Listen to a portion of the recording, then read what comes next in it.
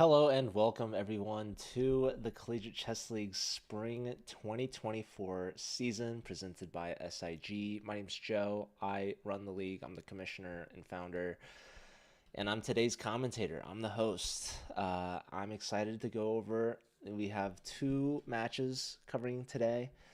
There's one finals match right now that's happening in Division 23 between UC Santa Barbara's D team and Wayne State College. And then there's going to be one later tonight around 8 p.m. Eastern. That's going to be 5 o'clock my time. And yeah, it's the end of the season. Today's the last day. So I'm very excited. I might even have some merch on hand to unbox later, maybe for the last stream. If you guys think D23 is low, this is the finals, the championship for Division 23. The next match later is going to be Division 24, if I'm not mistaken. And it's their third place match, so it gets lower than this. But the games have started. I'm excited to dive in and watch these two teams fight. We've got some membership prizes on the line. Here we have a very large sponge. And it looks like they're picking up a rook against Rage. Very large sponge. We already have a fan in the chat. Actually, no, these are the siblings. They're waiting on Santa Barbara, but Rage is the board 3, Gabriel Dilly, and Sponge is the board 2, Leland Dilly, if I'm not mistaken. They're playing a bullet game to warm up. Okay, no, Rage is actually board 4. Sponge is board 1. So I should update their scoreboard actually. So this is good information for me. Anyways, yeah, Santa Barbara, they have a player that's late or missing, apparently. So we've been waiting for them to show up.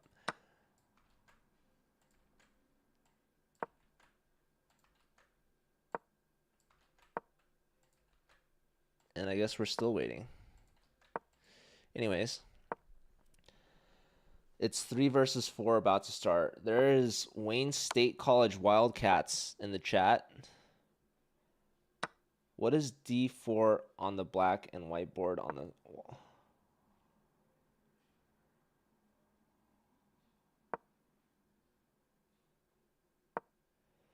What's on D4? That's a sticker. Before we start, there's a sticker on it. I got that board signed by a lot of streamers. Yeah, Santa Barbara is missing a player, so there's going to be 3 versus 4. We have some Wayne State College fans in the chat. Yeah, there was another match I was going to cover today. I think like in Division 8 or something. One of the UMass teams. Or was that D24? Darn, that was the D24 one. Okay, they're playing right now. Probably I could have covered that instead. But I said I would stream this one. Didn't know there'd be a player missing. So it is what it is. So the one later tonight is going to be Division 8 finals between Pittsburgh and Washington State. So that should be the very last match of the entire season, as well as the last broadcast of the entire season. What is on E10? Oh, snap, Brody. I thought that was a legit question. No. All right. But no, Brody's a troll. Got me. That board is signed by Fabi, by the way. So I hope Fabi wins candidates and then wins the world championship. These players are rematching. Okay, it is well past 15 mark. So why is it taking so long?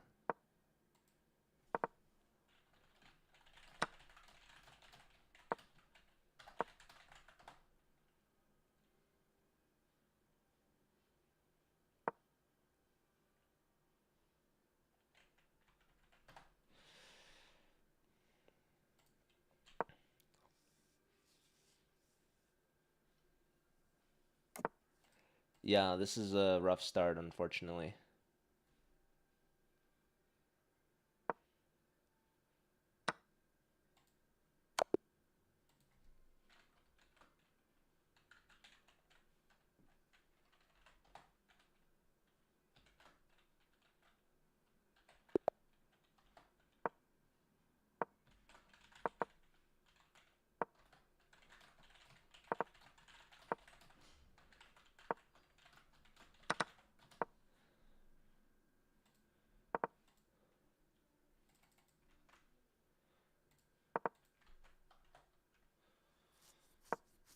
They missed the check-in. That's so unfortunate.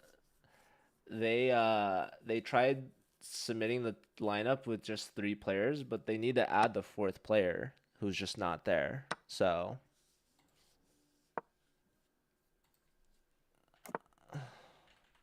I'm asking for an ace admin right now.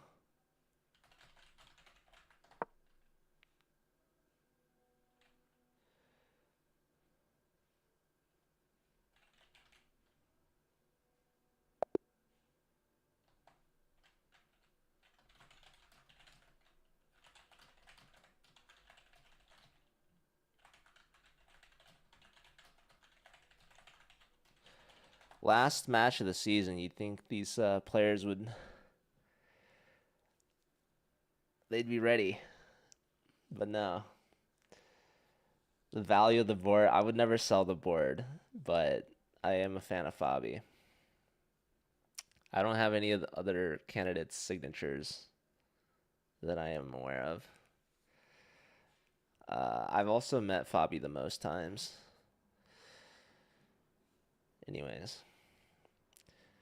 I don't think I've met any of the other ones. Anyways, you guys, I'm sorry. We could have been watching Division 24 instead of this, but it's okay. Santa Barbara, they waited to the last minute for their player to show up.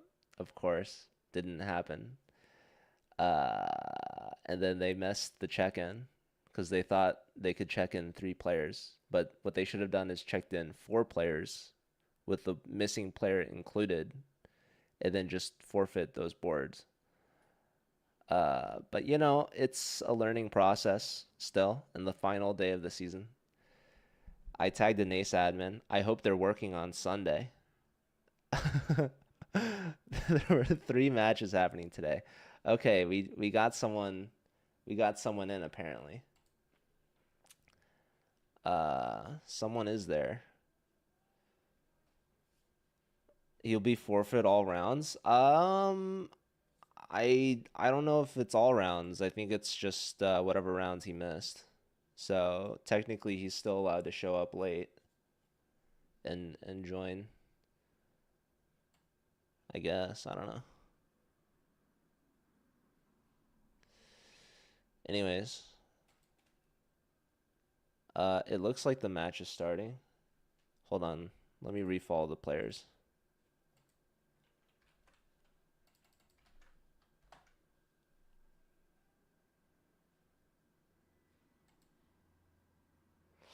All right, we have action. We have games. So, only three boards. Brian Liu gets a loss to Leland Dilly, very large sponge, who gets a forfeit win in this first round. Now, I will say for Santa Barbara to be missing a player, you want to be missing your bottom board, especially in the first round, right? Because it's a board 4 versus a board 1. The odds of them losing that match are pretty high anyways. So if there's one good thing going for Santa Barbara right now, it's that they're missing their bottom board and not like their top board. But of course, missing a player is already big disadvantage. Division 23 finals, there are some membership prizes on the line. Let's take a look here at the top board from Santa Barbara. This is Ved Plays Collegiate. Seems like probably made this account just for the CCL, if I had to guess. And playing against Rage. This is the sibling of the top board, Leland Dilly. This is Gabriel Dilly. fourth board from Wayne State. It's 730 ELO. They're warmed up. They've been ready to go. Santa Barbara had them wait. But the match is now live. Dillies are twins. Okay. That is a fun fact. Yeah, they would not be the first twins on a team in CCL. I think I know 3 sets of twins in the CCL. One of them graduated. One of them I don't think plays anymore. Might still be part of the ambassador program. Yeah, I think the club leaders at Notre Dame are twins, as well as Vanguard University in California. Anyways, okay, bishop takes f6. This could damage the pawn structure, and that's exactly what we see. Knight here is interesting. Pawn takes is interesting. This check doesn't do much. You'd have to bring the bishop back. You kind of give up a turn. You look like Wesley So. Thank you. All right, let's look at some of the other players. You've got a very talented lineup here in this matchup. This is Reggie versus the 2-week-old Pickle. Reggie's the board 2 from Santa Barbara at 947. This is a fairly even position. Knight comes back, pressure on the C pawn. You can defend it with one of the rooks. It's already defended, but the threat is to remove the defender. You could also push, which makes a lot of sense. But now this is a backwards pawn. This is fairly even position. It's opposite side castles. White might at some point try to break through on the queen side, get an attack going. With the rooks, we see the knight here attacking this pawn as well as this pawn. That pawn's already defended. This pawn's defended once, now attacked twice, so most likely we got to bring the other rook over to d1. You could maybe consider bringing the knight back to f4. We could see some e5 pawn breaks, and if this pawn takes, our rook hangs. So if this knight takes, then this pawn hangs. It would be a fair trade. So probably rook fd1 is the best move here. All right. That move has been played. There is one last board that we haven't looked at yet.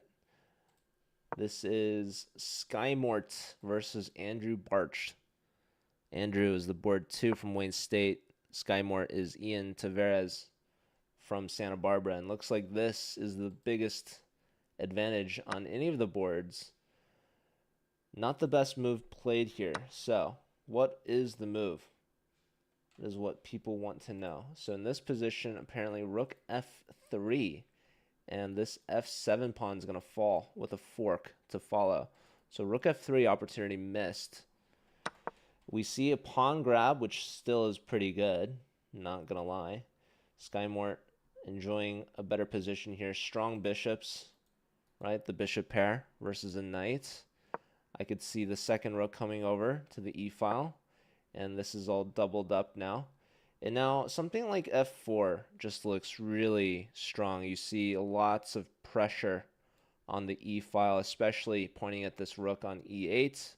That means that this knight is pinned, meaning if the knight were to move, then white would win a lot of material, winning a whole rook at the end of the e-file. So that's why we want to attack the knight. Now, I know what you're thinking, Joe. If you play f4, the queen could take. Yeah, but then we have rook takes on e5 anyways with a discovery on the queen. And I know what you're thinking. Well, Joe, that bishop would be hanging. The queen could just simply take it. Yeah, but then we take the rook. So we lose our bishop, but we gain the knight. We lose our pawn, but we gain a rook.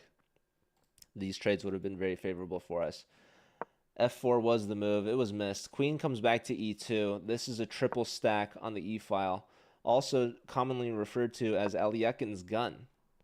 So here again, f4. That's a knockout move here. And it's been played. Skymort found it with a minute on the clock to Andrew's 3 minutes, but this is a completely winning position for white. Best is to take, which we have played. And now I was calling for rook takes e5. But then probably the queen takes now actually is the problem, right? So when we put the queen here, we're kind of disconnecting the rooks a little bit. The computer wants top recommendation, rook f4. Again, going after this pawn on the f file. Instead, we see the queen gets hit by rook e4. Queen tucks back. We still have rook f1. The computer is saying c4 is just a solid move, probably to get the bishop on the long diagonal, adding even more pressure. Rook f1 has been played 30 seconds now. Now you can take here with probably either rook or bishop. Hello, Golden. Okay, queen up here. Not the knockout move that we wanted. So we played f4. The queen took it. We didn't punish it. Rook now comes over to defend this. Still c4. Yeah. I'm going to take a look back at some of the other boards. We have Reg versus Ved. Ved looks to be up a pawn. Slight advantage for black. Pawn's pushing here. This is kind of dangerous. d4. Yeah, strong pawn center for black. These pawns are connected. They're also unopposed. These are called passed pawns because they're past all of the white pawns. There's no white pawns that could stop them. Okay, that's a check. The king can move, or a rook can block. Even the queen could block, but this is going to be a slow and painful death for white, with the pawns marching down the board. So, yeah, this is a pin, so it's not a free rook. But the problem is e4 cuts off the pin, and now this rook is completely hanging. The queen is hanging. You want to save the queen, but I also could see you try to take both rooks. Okay, rook takes with check. This is a valiant effort, but this is just a free rook. You lose 2 pawns, but 2 rooks for 2 pawns is a very favorable trade for black. Okay, still in a pin though. So that's why the rook couldn't take. All right, queen check. There's a block. We can go queen here, try to trade queens, try to advance our pawn even further.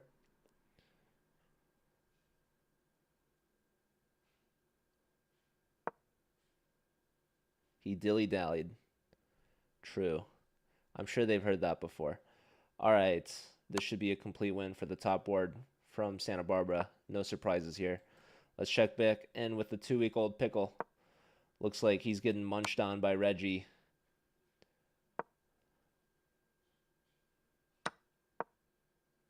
But I don't know. I don't know if you would want to take a bite out of the 2-week-old pickle. But that seems to be what Santa Barbara is doing right now. You got to go here. If you go down, you're going to get mated in 1. So rook's cutting the king off. This is a mate threat. Kings should step up. Rook here doesn't address checkmate. Down goes the pickle. Reggie ties it up for Santa Barbara. Let's check back in with Skymort. Skymort up 2 pawns in this endgame should be a pretty simple dub. King here. Yes, and then the king comes here. And you're going to pick up another pawn. Okay. Don't need to do this, but... Oh, this is awkward. King up. Yeah. I would have gone for this guy. But I guess you could still do it. Here is totally... This is just completely winning. Yeah, no. You could just promote this guy. Just watch out for stalemate, right? No pawn moves here for black now after this last one. Oh, he's just promoting this guy. Okay. Yeah, so the reason why I would have taken this pawn is because now you see this guy's running. If you take that, there's just no hope. There's no chance. He's going to make another queen. He could still make his other queen. He does guard this promotion. He tucks back here. Still, there's stalemate chances. Okay, Ved gets a win. So the top two boards for Santa Barbara getting the job done, giving them the first lead of the match. And this is going to go in Skymort's favor. So the top three boards, actually, from Santa Barbara, all three games, wins for Santa Barbara. Wayne State only getting a board 1 point due to forfeit, actually. So 3-1 lead. Santa Barbara saying we don't even need our fourth board. But Wayne State, they could definitely bounce back, especially in the later rounds. If Brian is still missing, that's going to be 4 automatic points for Wayne State, which is half as what they need to get to 8. 8.5 is what they need to win. So the match is still young, but obviously Wayne State needs to get some wins.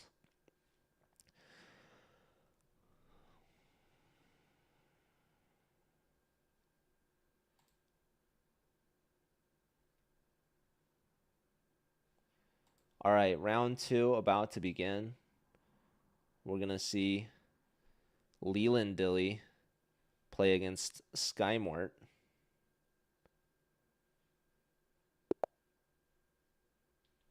Here we have Rage versus Reggie.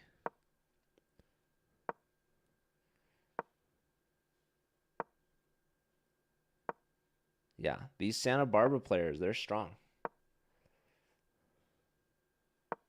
But these games can go any direction at any moment.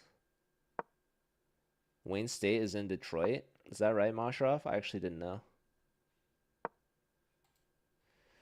All right. Top board from Santa Barbara. He's already castled long. King B1. Solid. 2-week-old Pickle. Castled short side. Fiend Keto as well. I like white. I just like their pawn duo in the center, and I like the bishop and queen, and I like the potential of the H pawn push. Wrong Wayne State. Wayne State College is in Nebraska. Okay. False alarm, Brody. False alarm. Wrong Wayne State. What's the one in Detroit? Is it like Wayne State University or something?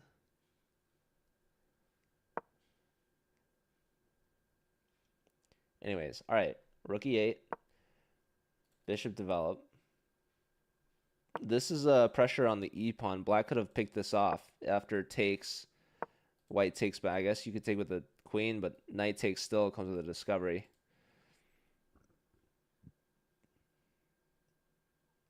Bishop Fianchetto. So 2-week-old Pickle, the double Fianchetto. I love H4. Do you follow up with H5? And if you do, you have to be ready to sack the rook. You don't have to, but recommended for sure. Anyways, bishop here as well is a common idea. Bishop G5 and then push. Sometimes black pushes here just to prevent white from playing H5. But this is a very common motif in opposite side castles. White pushes in the center, keeps things closed. Yeah, I would definitely focus here. And black, meanwhile, they gotta start stirring up some trouble against white's king. Otherwise, this game's gonna be way too easy for Ved to play. We see the immediate C6. This is definitely in the right idea of the position. Wow, G4, completely ignoring this knight, helps supporting taking all these pawns. So black takes here, a big threat of a fork. You can't, I mean, you could if you want, but taking here is best. Not allowing that to happen. Huge crowd tomorrow. The solar eclipse. Ah. Exciting times. Okay, so knight here attacks the bishop, but it also supports the h6 square. So we cannot go here anymore unless we want to lose a piece.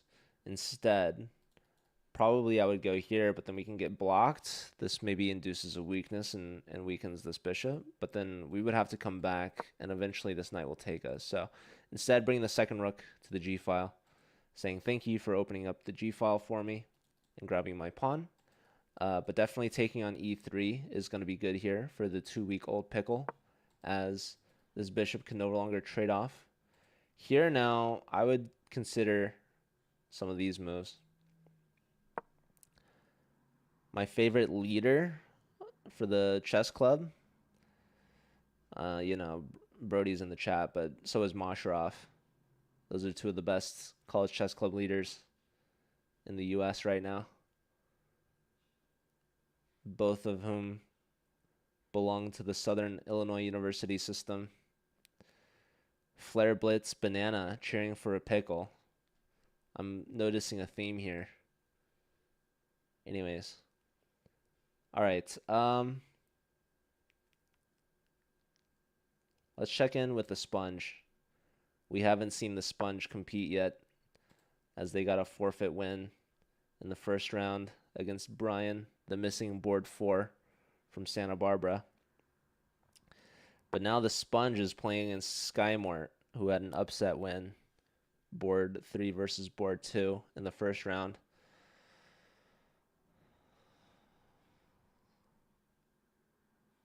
King steps up. Yeah, this bishop not so great. Kind of stuck behind its own pawns.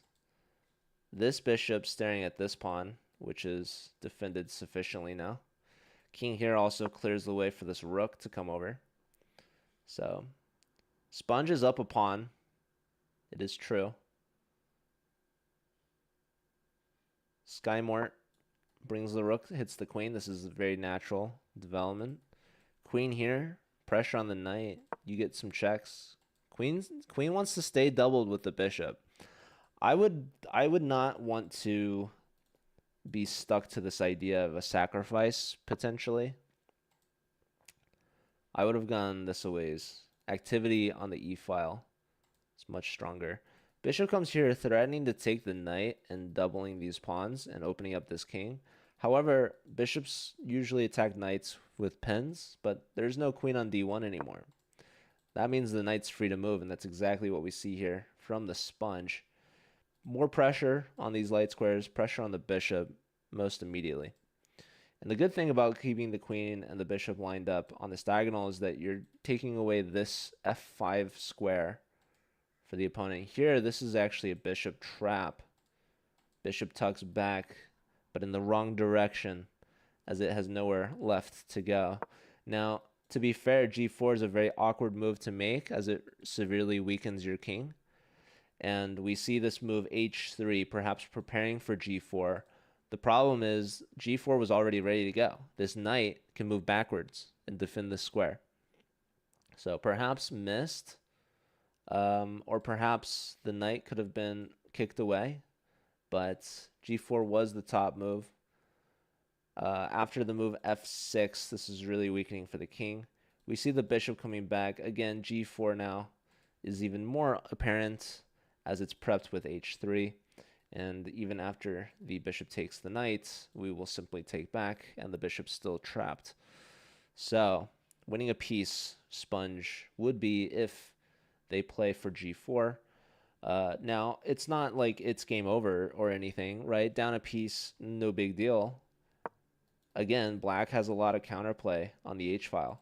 Now, whether or not the Sponge sees it or misses it, or is aware of the potential counterplay activity against white's own king, it's unclear. But rook e3, simply looking to double on the e-file, or even swing the rook around and help support this king safety.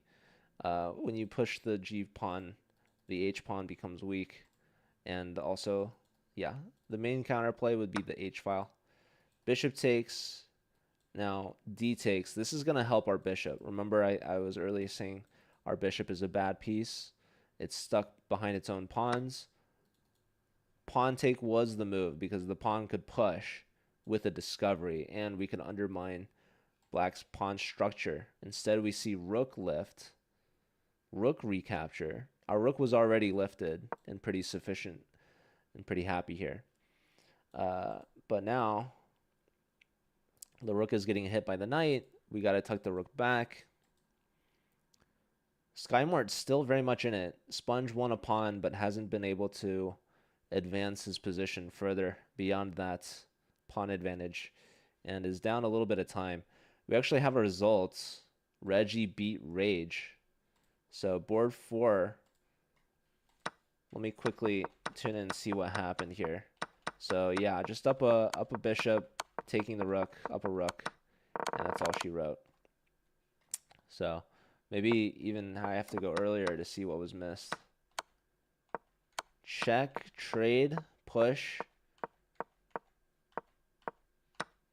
takes, bishop back, takes, rook lift, and yeah, the bishop, maybe a mouse slip, or just forgetting the rook can take here as well. All right, so more points for Santa Barbara. They're up to 4 now. Brian taking the day off. He said, you guys don't need me. Go get the dub. His name's going to be on the trophy still. That's a joke. There's no trophies for CCL yet. Of course, in the future, we would love that. But maybe all the divisions is a bit much. But okay, this queen has some obsession with being behind the bishops. Queen was here and now is here. So supporting this D pawn extra. Anywho,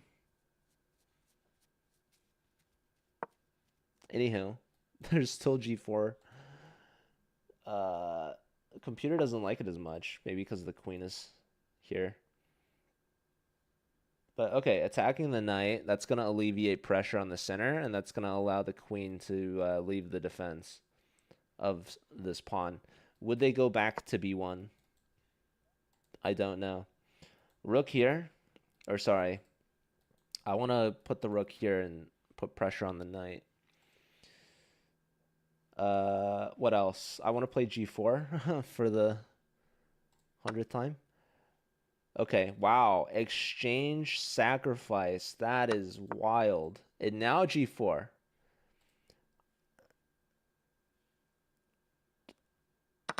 I don't know what to say. Look, Queen H4 and Rook here, it's game over. Skymort will just completely crush. It's so sad. Okay, Queen didn't go to the H file, luckily. I mean, consider this, but you're going to lose your bishop now, actually. So what is the computer wants Queen D1. Or bishop here. Pawn push, and now your king's just completely busted open. Rook comes the H file. See, the queen here would have been so much stronger with the rook now. Because after this pawn push, you'd have this. That'd be a forced mate, actually. Mate in 2 with a pawn push like this. Very low time for the very large sponge. He's running with the queen. But now there's queen to D2. Bishop block. Rook H2. A minute to find it for the Skymort. No, he plays a very solid move nonetheless. Rook to the E file. Cutting the king's escape off. Yeah, it's so sad. G4 was a winning move, but he sacked the rook. Sacking the rook, and now this leaves his king completely exposed. After G4, like I said, he wins the bishop, but Skymort maybe having this planned out and ready. Completely takes advantage of the H file. Now this king is left with 0 moves. Queen check, king runs. Got to bring in the rest of the artillery here, as they say. So, yeah, if you look at the material, White has 2 bishops for the price of 1 rook. The problem is this king is getting mated. So G5. There's also queen to D2. Lots of moves here, all crazy. Ved gets his win against the 2-week-old pickle, so he's up to 2 now. Santa Barbara is sweeping Wayne State right now. Besides the forfeit points. In fact, let me give Andrew his forfeit point. 5-2 though. Oh, we had a blunder here, folks. We had a big blunder here, folks. I looked away. Wow, queen takes, but now this gives... We needed to give a check. Both players less than 20 seconds. Now black can give a check. That's actually a fork. Scooping that up, and now black's up a rook, but apparently it's a perpetual. Missed. Queen check. Okay, wrong check. Apparently it was queen h4 was the check that was needed. Now the king can come back. Only winning move for black. Yeah, the checks are going to run out here. Another check. King can take this pawn. 3 seconds, 2 seconds. Black could flag. Very large sponge. Could still get a win here with a flag. 2 seconds. Pawn takes. Queen takes f2. That's a free rook. It's back to an even position. Queen takes a pawn. This is now a pass pawn. Queen check. Another check. Just keep checking. Here, there's queen f3 counter check. And now it's better for black ever so slightly because of the a pawn, but they didn't push it. They didn't push that a pawn. Now it's too late. That pawn promotes with a check. But because they hesitated for one move, it comes too late. Oh, and now he's on the d file. That's going to be a skewer. That's going to force a trade of queens. And then this pawn's going to run. But after this trade, this king's going to take this pawn. This pawn's very deep. But it's going to cost a couple moves. Both sides are going to get a queen. This is a complete draw. There's another skewer here to trade off. As long as the king defends. I mean, you could keep trying to check and force an error. There's more checks. But no, the king is staying as close to the queen as possible. He tucks himself in the corner where his queen can then block the rest of the checks. No, he runs. Okay. Well, this game's a draw, barring any Botez gambits. Here's a check. King goes back. Yeah, the queen's not even moving. You could have blocked all of these checks, but no. Okay, there's the trade. There's the draw. Wow, Skymore taking down the top board with a draw. I guess that could have gone either way for both sides. Crazy game. Yes, the peaceful ending to an otherwise violent position. Yeah, queen and rook on the h-file. Black missed a couple mates. Skymore couldn't find the knockout blow.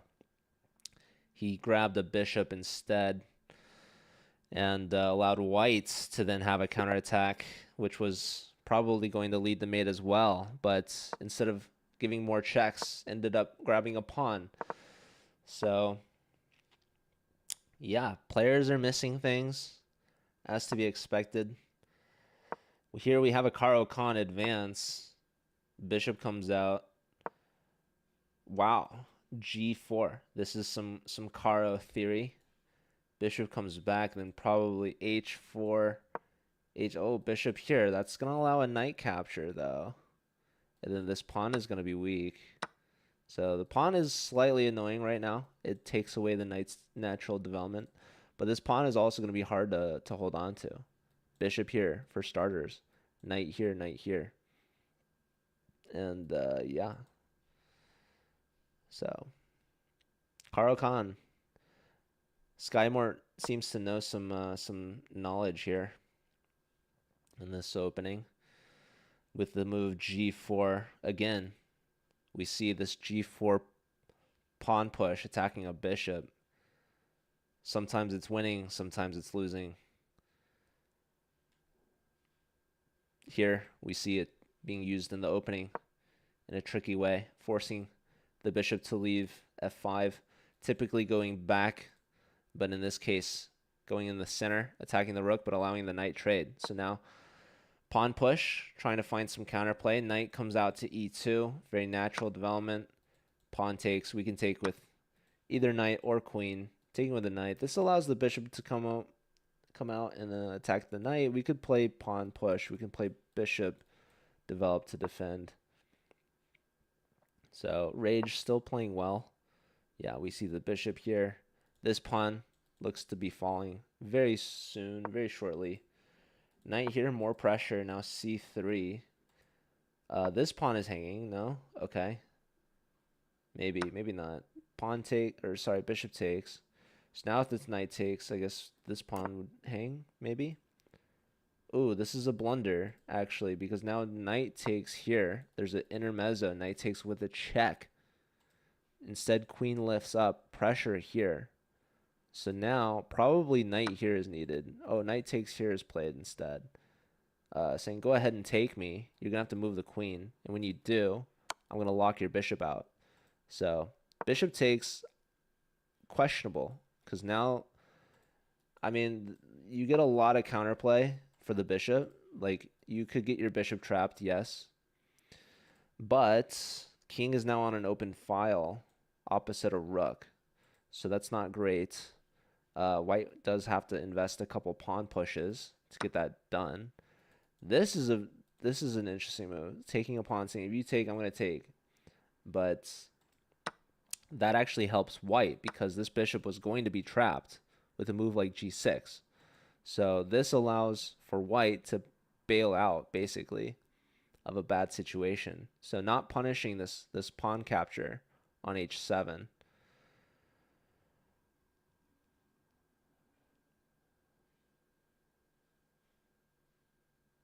So this is looking good for white. We have a g file to work with. Castles long is interesting. We have discoveries. Yeah, Castles long is played. The computer doesn't like it, actually.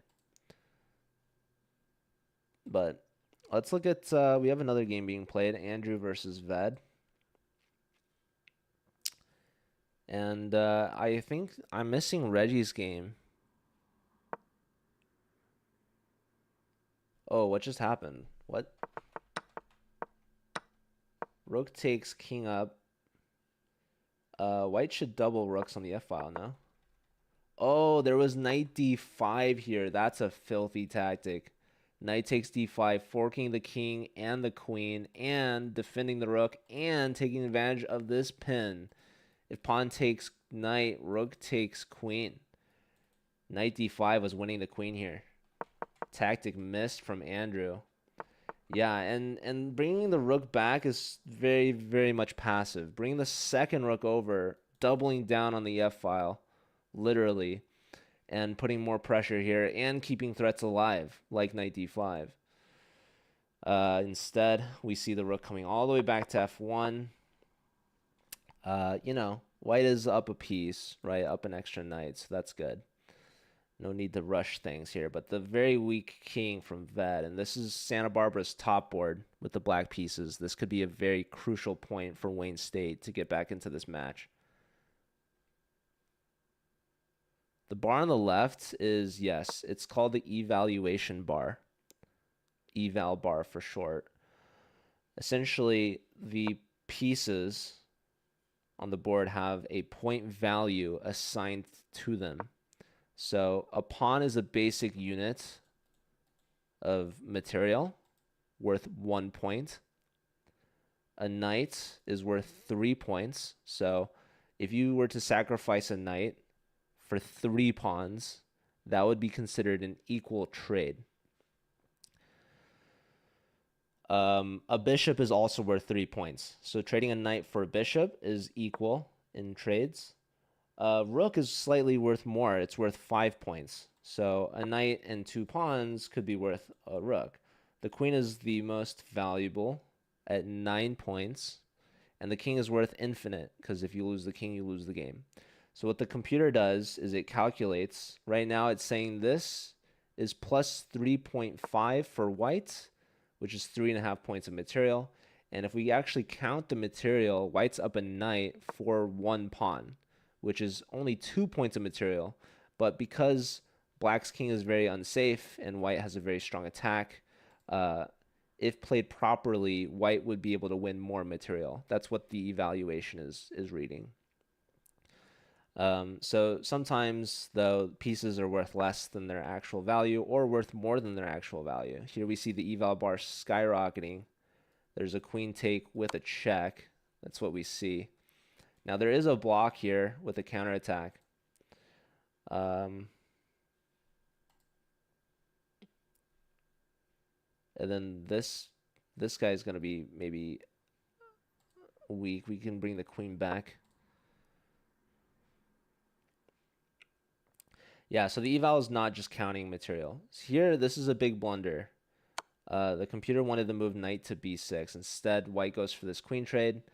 Eval doesn't like that. It comes back because it simplifies the position, right? It drops the c pawn as well. So when the king is super weak like this, you do not want to trade queens. This queen trade favored Ved significantly. Rook here, just the king back to e7. Same dilemma from earlier. So because the queen is so powerful, the queen is a very strong attacking piece. The queen oftentimes can deliver checkmates. When the king is weak like this and exposed to checks, there's tons of tactics and tons of ways for white in that instance to gain more material and gain more attacks. Okay, the computer likes this pass pawn. So even though white's up a piece, these rooks and the pawns are very active. So d3 apparently instantly is winning. Not winning, sorry, drawing the game. Now d2, and the threat is rook takes knight, a sacrifice. So even though a rook is worth 5 points, now rook c1, and this is actually now winning for black.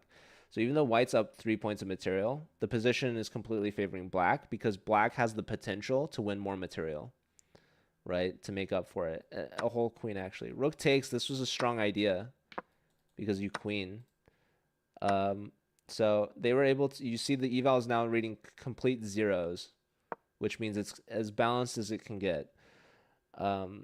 Even though white's up a pawn technically, the pawn's doubled. And if black plays it right, they can get the material back. Anyways, I'm going to look at another game.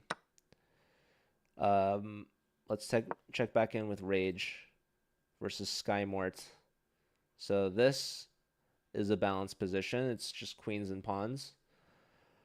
This king looks a little bit more exposed. This queen is a bit more centrally placed. So slight edge for black because of a weak king. This king has some shelter around it.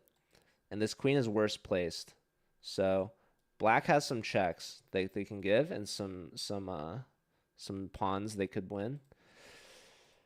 But okay, queen here instead. This pawn's defended, but we're going after this pawn. And we've conceded the central control with the queen. So now this queen is well placed and defends all of the weak pawns as well. So one check, the king can move easily. Let's take a look at Andrew and Ved. Okay, 2-pawn advantage now for Andrew.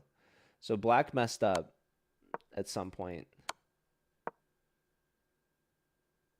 And now the 2 extra pawns should be enough to win because they're also connected. And yeah, you can just push this pawn. Okay, check is strong. It forces the king back. You wanna save the G pawn. So just move it on up. Yeah. And there's really no stopping. These pawns are gonna keep going. And as soon as the pawn gets here, the threat is to not actually keep pushing, but the threat is to give a rook checkmate. So this rook would have to then move. Yeah, so the rook moves now, but still.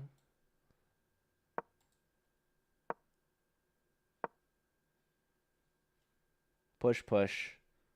Rook is forced to move. There's no king move, so this mate isn't actually a threat because the rook is forced to move. So yeah, at some point, white's gonna do something, or black's gonna mess up. So rook comes all the way to the edge, and now it's not so clear how to progress this. But okay, pawn push is an immediate draw. You see, 2-pawn advantage. This was messed up because there was a check, I assume. He's going here, but he conceded rook e8. Rook e8 and queen promote. So what was the draw? What was the draw? He needs to give a check. He needs to give a check, and then he needs to continuing check. This is what I call the rogue rook. Rook a5. Doesn't matter where the king goes. This rook is going to keep checking it. Even if the king steps up, rook h5, and the king actually has nowhere to go but forced to take, and this is what's called a stalemate.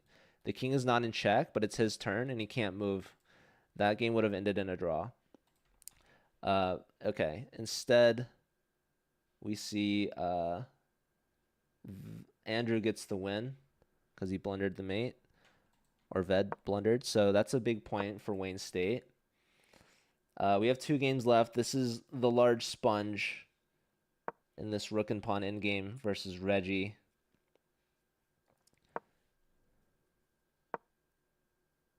Hello, Rohan.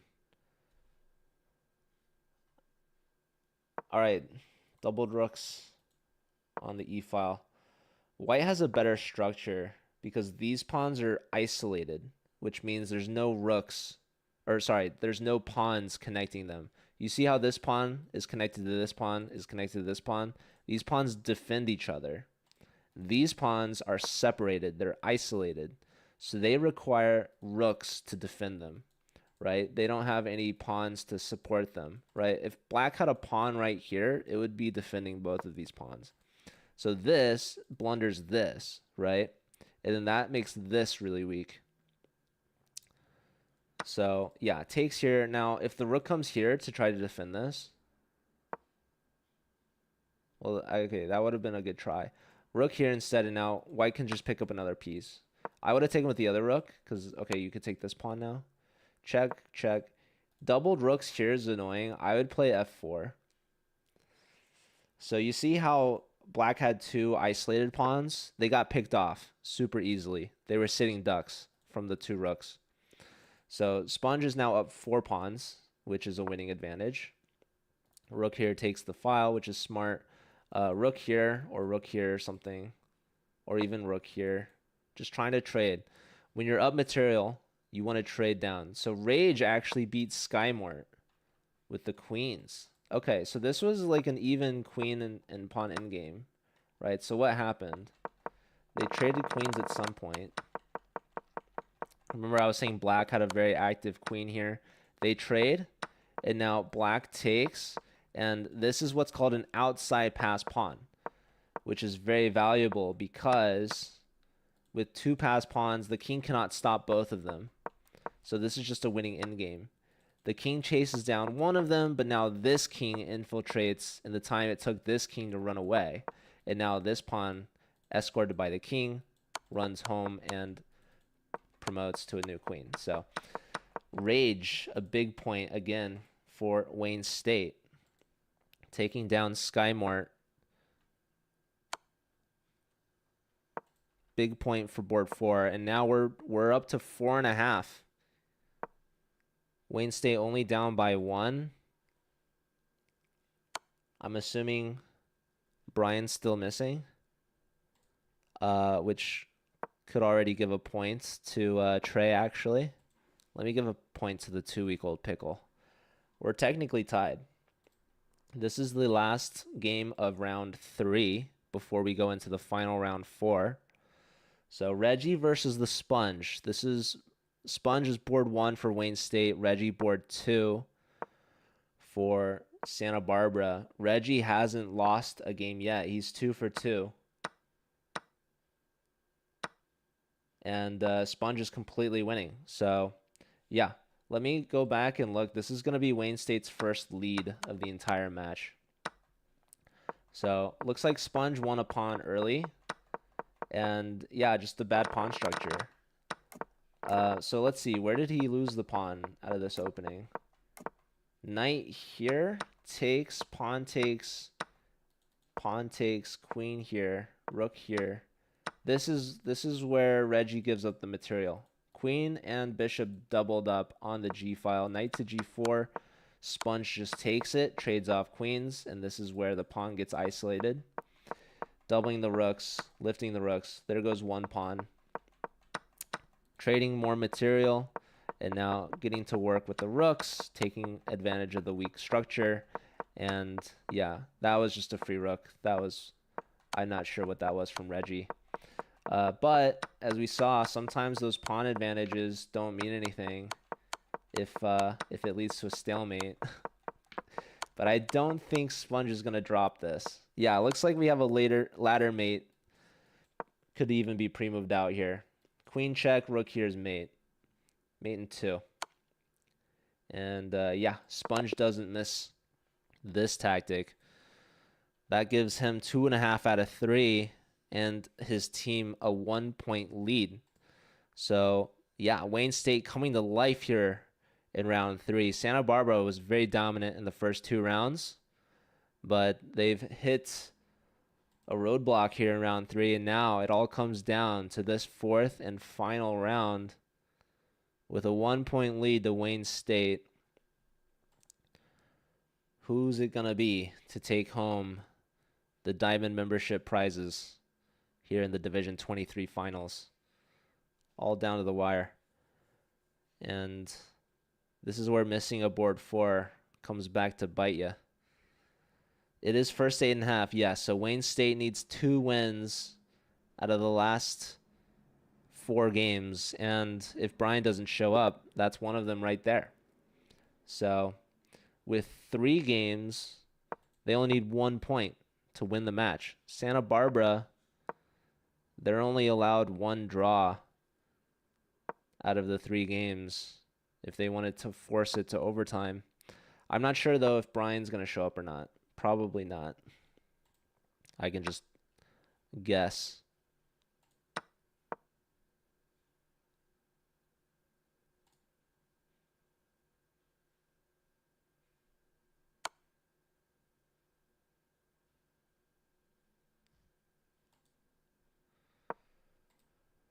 All right. 2 games underway. The 2-week-old Pickle, who had his first point from the forfeit win.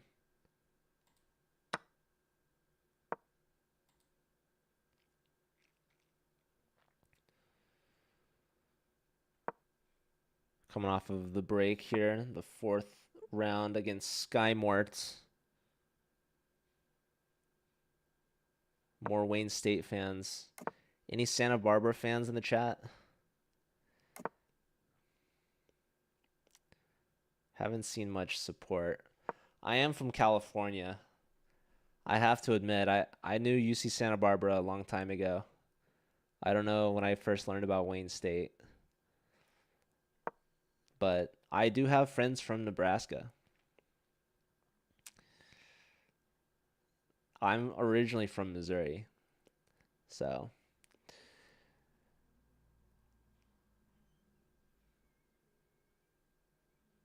all 7 Wayne State students showed up. Dang, they were ready. Yeah, Santa Barbara, they're not only missing a board 4, but they were also missing their sub that couldn't make it. So Wayne State, they were on deck. They were ready to rock and roll. All right, the 3rd game, I don't know why it's not showing up. Or the 4th game, for that matter. I guess I know why the 4th one's not showing up, but I tried refreshing. I still only see 2. Here we have Reggie versus Andrew.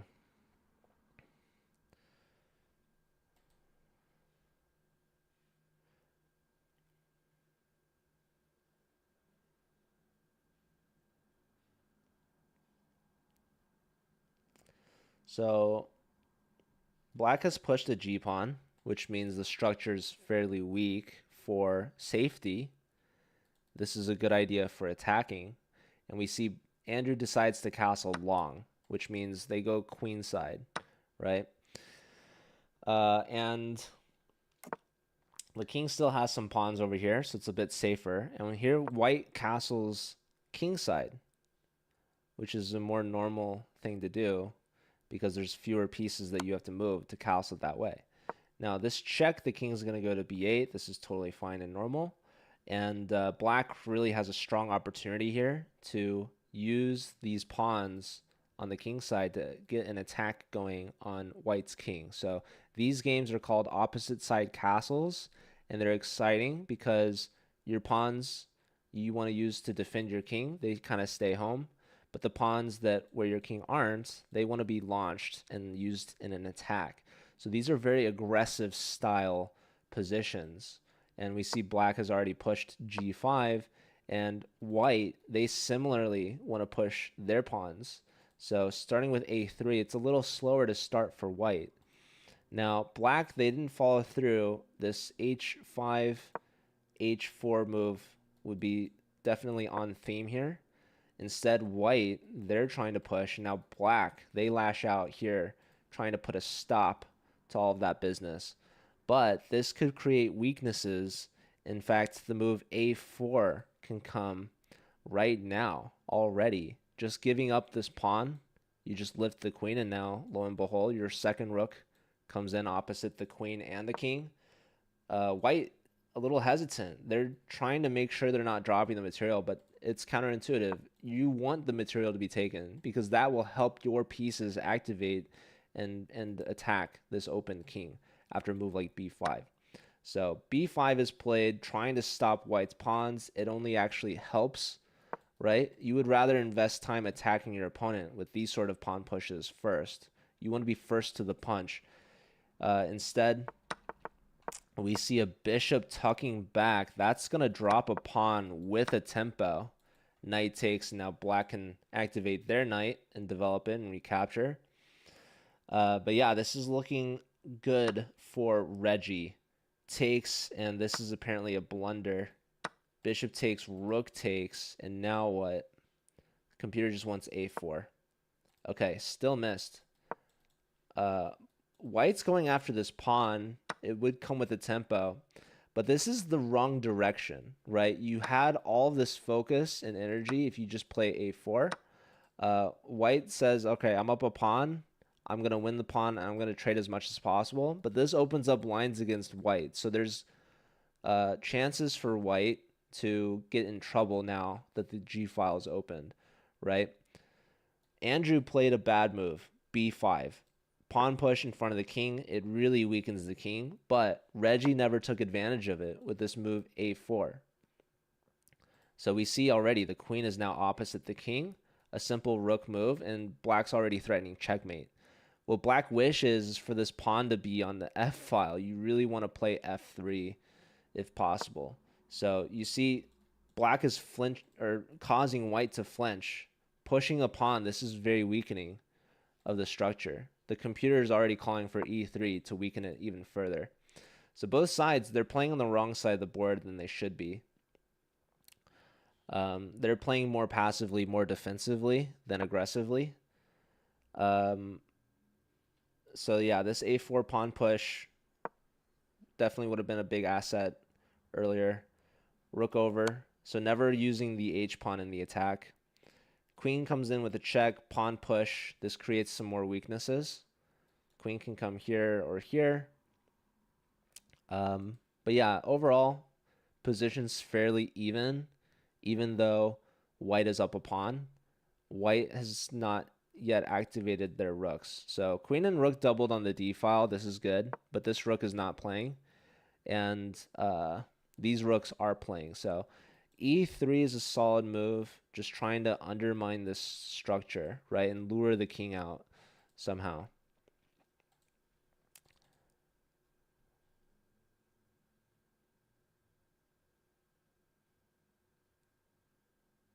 One minute for Reggie.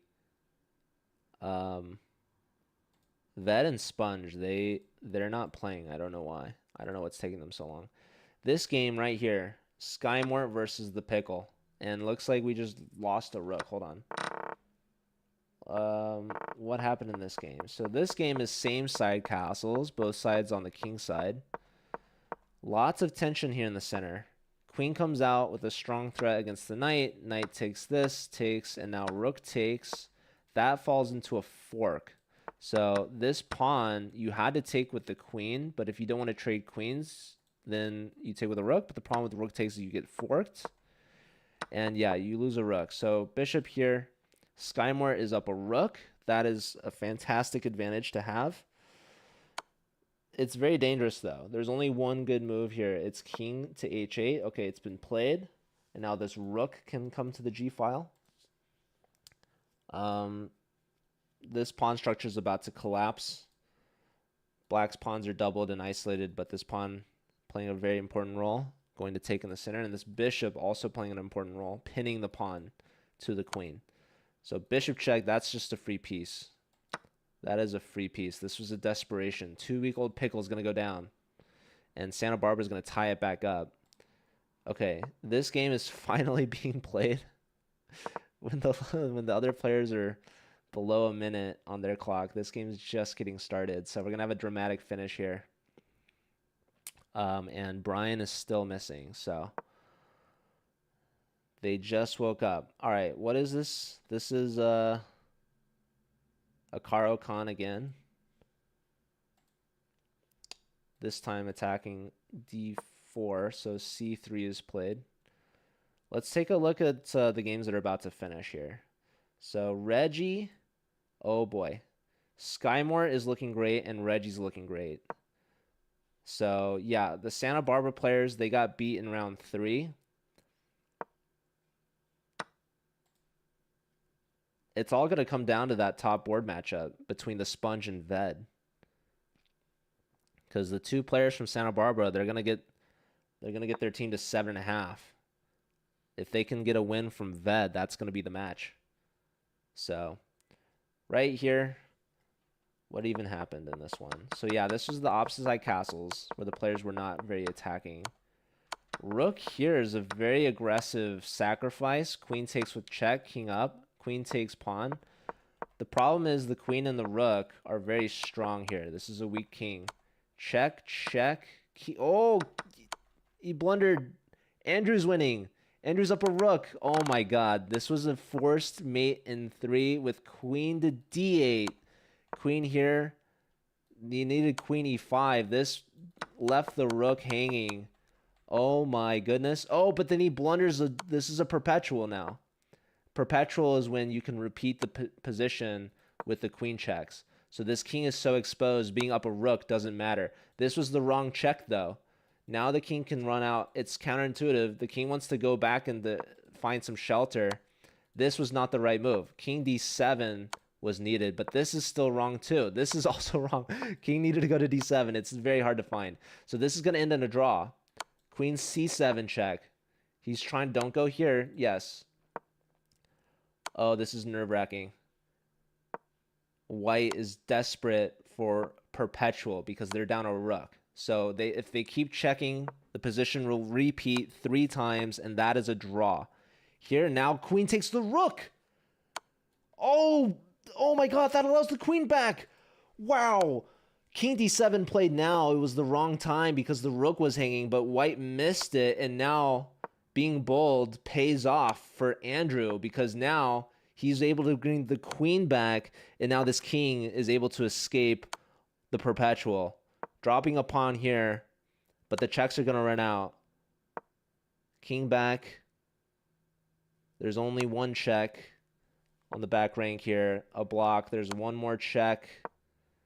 There's just a few more checks.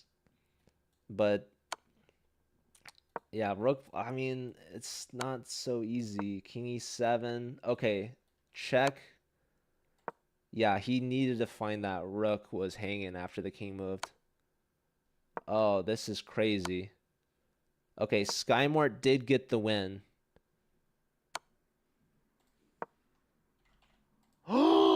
Hanging the rook again! Why wouldn't you... You're looking for the checks. Oh my god. The rook has been hanging twice. And now queen c6 forces a queen trade. That queen was pinned to the king.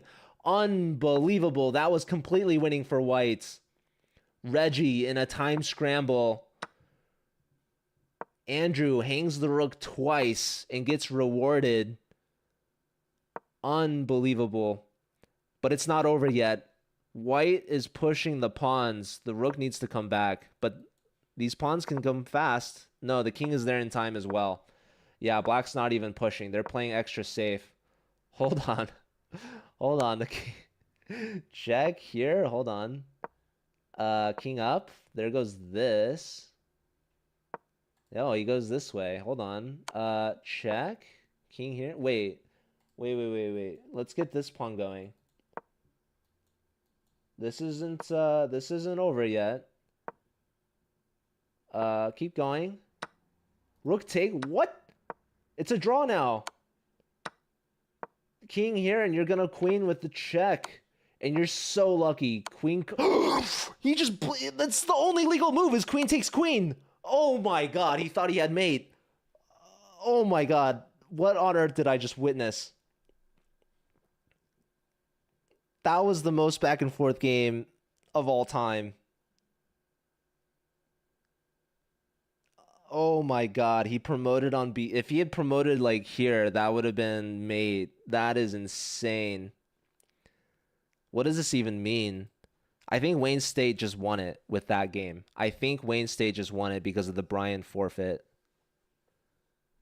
Andrew with the most clutch win. I mean, Reggie kind of threw, not gonna lie. Not gonna lie. Also, Brian low key threw for the team. Also, like they rescheduled this match for this time specifically, and yet didn't show up. Left the team hanging on the finals, no less, when it mattered most. Oh my goodness.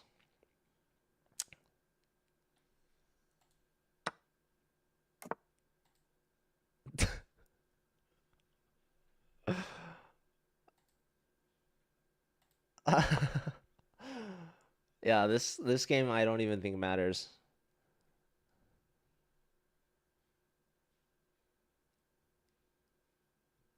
I mean, I'm not gonna lie, I was low key rooting for Reggie, but he missed way too many opportunities to knock Andrew out and just blundered his queen.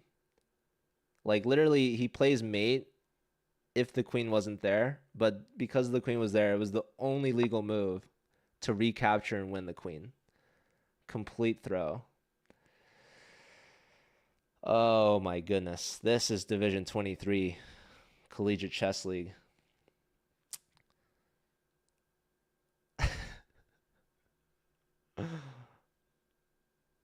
Yeah, Wayne wasn't even supposed to be here today, but they got gifted a free ticket. Anyways, yeah. I don't know what took these players so long to play this. I have no idea.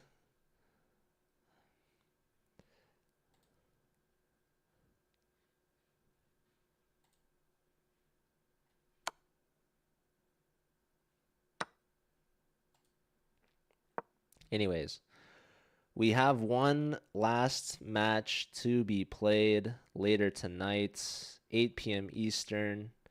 That's going to be 5 o'clock Pacific. Division 8 finals, Pittsburgh versus Washington State.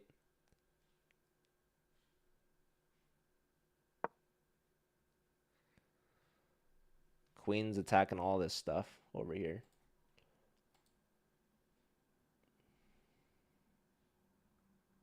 Queen here would be a fork too.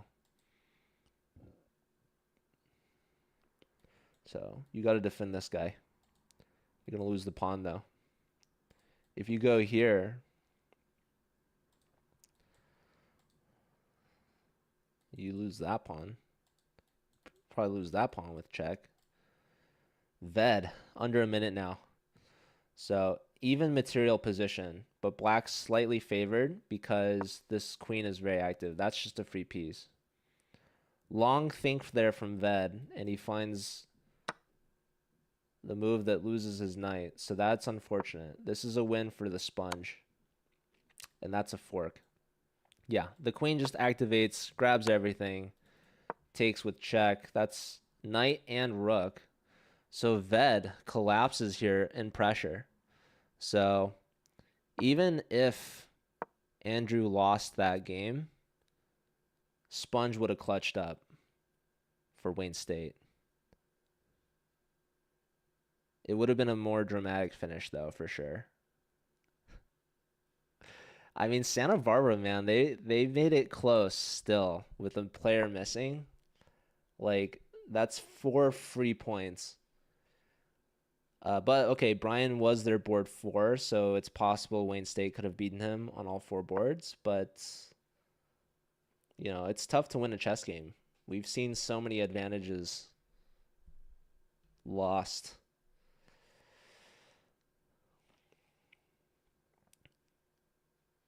Hello, Big Tomato. Yeah, very close. I mean, they made it this far.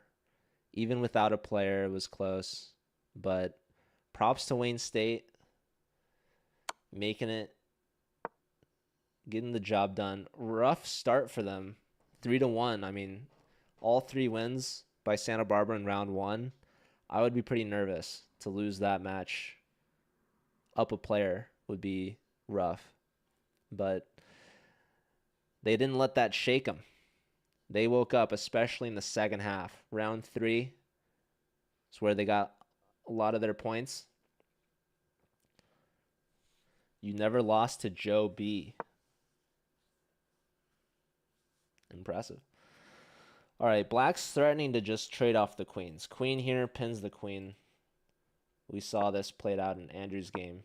Yeah, this is just solid technique because when the queens are off, the odds of coming back down a rook are pretty much nil. The only way you could lose this is... yeah, he's trying to catch him on a pre-move. He wants to try to sneak a pawn past him. But Sponge not going to let off his guard. And good news as well is even a draw would be good. Even a draw would be good here. So this guy's going to promote. He's trying to get rid of all the pawn moves. He gives up the rook. Doesn't even matter. He's got a queen. So now there's no more pawn moves. So you got to watch out for stalemate. You always have to ensure this king has at least somewhere to go. And yeah, easiest way to finish this off is just make a second queen and create a ladder mate. He's playing around. This is the last game of both of these teams' seasons. He wanted to make sure he had some more material left. I'm gonna give Gabriel the forfeit 1 point. I'm assuming should bring them to 8.5, and then okay, there's a second queen. 2 queens, 2 knights. This is the ladder mate. Although the king is kind of in the way. You can go ladder mate this way, or this is mate in 2. Actually, here, king here, only move, and then queen here is going to be mate in 2. Sorry, yeah, this and this, or this, or, okay, here, there's this, well, this, yeah, either queen here is mate, I missed that one, but, okay, point to Sponge, and yeah, they did really well, 3.5 out of 4. And their team wins this match by a score of 9.5 to 6.5. Congratulations to Wayne State. They're going to take home the D23 championship title along with a bunch of memberships. I should probably have double checked. Let's see. For Division 23, you get 4 6-month diamond memberships. So if it goes to these 4 players, they all get half a year each. That should be enough time for the next season to start.